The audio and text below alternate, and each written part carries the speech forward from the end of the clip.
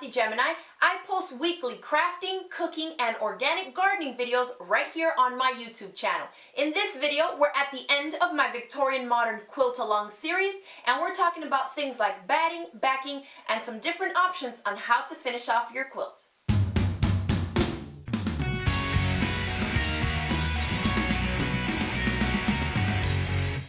If you're coming across this video randomly, we're at the end of my Victorian Modern Quilt Along series, where I'm walking you through step by step in a series of videos on how to make the quilt top that you see behind me. If you like what you see and want to learn how to make it, click right here and I'll send you to the beginning of the video series playlist. Okay, so our quilt top is done. I have it right here laid out on my design wall. At this point, we're going to need to take some measurements. No one's judging you, okay? Regardless of whether or not it turned out to be the dimensions that it was supposed to be, don't worry about that. I just want you to take some notes after you take out your measuring tape and measure in a few different places. So this measuring tape here is a great one to have, especially if you plan on making larger quilts. It measures 120 inches. The traditional garment sewing ones measure only 60 inches, so this is great for quilts, obviously, that are going to have one or both sides longer than that dimension. So I'm going to take my measuring tape, and usually I'll measure in about 2 or 3 different spots. Here, it's easy to do because I have sashing going down, and so I'll probably just measure along these seam lines, going here, measure in a couple different places, and just jot down the notes of what those numbers are. And you want to go with the biggest number, right? Just to make sure that we have enough backing fabric. So all of mine is actually measuring bigger than it was supposed to. And I'm at about 59 inches on the one dimension. So I'll take notes, right, and jot that down. And then I want you to measure across the other way as well. And again, measure in a few different spots just to make sure. Go with the largest number that you end up with. And I'm at about 77.5, almost 78 inches going the other way. So I'll take those numbers down, and what we're going to do with those numbers is now add some extra inches to the both sides of the measurements so that we can then figure out how much backing and batting fabric we'll need. But before we can figure that out, we need to figure out what are our options for finishing the quilt. Because the excess batting and backing fabric that you'll need is going to depend on whether or not you're going to be, say, hand quilting it yourself, maybe machine quilting it on your domestic sewing machine, or if you're going to be sending it out to a longarmer to do for you. So if you're wanting to hand quilt your Victorian Modern Quilt, what I recommend you do is do some additional research. That's not my area of expertise because I just don't have the time to hand quilt, especially a huge quilt like this. So I will link you all to some different resources that you can access in the description box below with some tips and tricks on how to hand quilt your quilt tops. Now, if you're going to be doing it on your domestic sewing machine, again, I have done this before, but it's not my area of expertise because I have a long arm quilting machine, so I really don't have the need to use my domestic sewing machine. Obviously, that's not the case for everybody, so I will link you below to a great Craftsy online quilting class that you can take at any time. It never expires, and it's basically teaching you how to quilt large quilt tops like this one on your domestic sewing machine. Now, the simplest way to finish this quilt will probably be to hand tie it. It's done by hand, but it's not as intensive as hand quilting because you're not doing stitch by stitch. Instead, we're just basically going to gather in certain spots and tie it off. What you're doing with the quilting step of it, right, we're going to have one layer as the quilt top, another layer in between, which is going to be our batting layer, and then we're going to have another layer of the cotton fabric on the back side, okay? And so what we're doing now with this step of quilting the quilt is that we're basically going to be doing some kind of stitching or tacking or something to hold all 3 layers of your quilt sandwich together. So you can do it by sewing it by hand, which is hand quilting, on a machine, on a long arm machine, or you can even hand tie it, which doesn't require you to do it in every single square, every area. Instead, what you're going to do is look at the manufacturer's instructions for the batting that you've decided to use for your quilt, and it will tell you what the minimum spacing is of what they recommend when you're quilting it. So some batting will say 6 inches or 8 inches or 10 inches. What that tells you is that whatever quilting you decide to do to your quilt, you want to have it be from one quilted area to the next, no more than that distance. So if it says 8 inches, you're not going to be able to quilt here and then quilt all the way here, because the distance from here to the next one is more than the 8 inches. And basically what that means is that when you wash it, there's too much space in between and your batting may fall apart or things may start going wrong and getting lumpy in that middle layer after under the wear and tear of like washing and drying it. So you definitely want to go with the manufacturer's instructions and stay with that minimum spacing. Now, if you plan on having a professional longarmer quilt the quilt for you,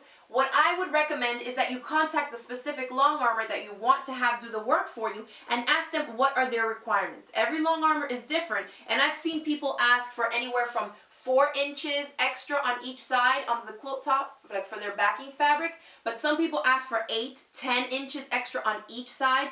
I generally will go with 5 to 6 inches extra on each side. So just make sure that you've talked to the longarmer and you understand what their requirements are for your backing fabric, okay? So whatever your backing fabric is, say they tell you 6 inches extra on each side, you want to take that measurement, right? Say we have this one going, say 78 inches. If they say 6 inches to each side, you're going to have to add 6 here and 6 there. So that means we're going to take the measurements that we took previously of the quilt top and add a total of 12, right? 6 over there and 6 over here. So in that case, it would be like the 78 inches plus 12. And then I would jot that number down. The same thing for this way. If this measured, say, 58, and they said 6 on each side, you're going to add 12 to the 58. So once you have those dimensions on both sides, now you know the size of cotton fabric you need for your backing piece. So the same thing is going to apply for your batting. You want to make sure if you're having a longarmer do it for you that you're asking them how big they require the batting to be. Some will tell you that they want the batting and the backing to be the same measurement, larger than the quilt top. Some will tell you, okay, you can do the batting a little bit smaller, which I usually can get away with. If I say I want 6 inches on each side for the backing fabric, I'll generally say maybe 4 inches for the batting if they don't have the full measurement. You can get away with less, but for the longarmer, you definitely want to make sure that you have more rather than less, so that it makes their work a lot easier. Now, when it comes to selecting the batting that you're going to use in that middle layer of your quilt sandwich, it's really going to be a matter of preference. There's tons of different battings out there that you can use. If you plan to hand quilt, make sure that you do some research and find out if there's a type of batting that's easier for hand quilters to use. Also, keep in mind where the quilt is going to be used, right? I live in Florida, so there's no reason why I would ever make a quilt that has like a wool batting in it. So keep those type of things in mind. Generally, I like to stick to either 100% cotton batting or an 80% cotton, 20% polyester blend. Occasionally, I will use a 100% polyester, but it's just going to take some time and getting used to. The more quilts you make, the more familiar you'll get with the different types of battings there are until you find which one is your favorite. Just to show you some examples, here are some of the battings I use, and they will come in packages like this, set to specific sizes. So this one, for example, is a crib size or baby size, and it'll tell you it measures 45 inches by 60 inches. So if I was making a little quilt and I know that my measurements, this would be big enough, I would just grab a package like this. Or this one that's another crib size, it'll tell you this is an 80-20 blend, cotton and polyester. Another way to buy your batting is off a huge roll in the fabric store. If you plan on making tons of quilts, you may want to look out for some different sales on purchasing an entire bolt of the batting, but you can also just go to your fabric or quilt shop and buy it by the yard. And when you go purchase your batting, make sure that you've written down the numbers you need to keep in mind so that you have that excess that you need on all 4 sides of your quilt top. You definitely don't want to get home and have a batting piece that's too short and have to piece it together. Try to start off with just one full continuous piece in the size that you need. Now, when it comes to the backing fabric, for a quilt this size like the one we've made here, I recommend getting 5 yards of fabric. Now, the width of this fabric, this is basic, quilting cottons from Andover Fabrics. Okay, I'm using the same fabric I used in the sashing for my backing. And this measures about 42 to 45 inches wide, depending on the manufacturer. And so keeping that in mind, I have 5 yards here. What I need to do is turn these 5 yards of fabric into one huge rectangle that I'm going to use as my backing fabric. So if you are using regular quilting cottons, the width of the fabric at 44 inches is obviously not going to be wide enough to cover anything here. So we need to piece 2 pieces together, okay? And so to do that, a good way to figure it out is to use an online quilting calculator, which I'll actually link to in the description box below this video, where you can just enter in the dimensions of your quilt top and it'll tell you exactly how much backing fabric you need and how you're going to piece it together. So here's just a basic little miniature example of what I would do. Say these are my 5 yards of fabric. The fold is down here and pretend the selvages are up here. It's just how it came off the bolt. All full 5 yards, okay? I measure it exactly in half, and I'm going to cut it right in half. So I end up with 2 chunks that measure the 2.5 yards of fabric, okay? Like this. Then I'm going to open them up, and then I'm going to stitch one to the other like this, okay?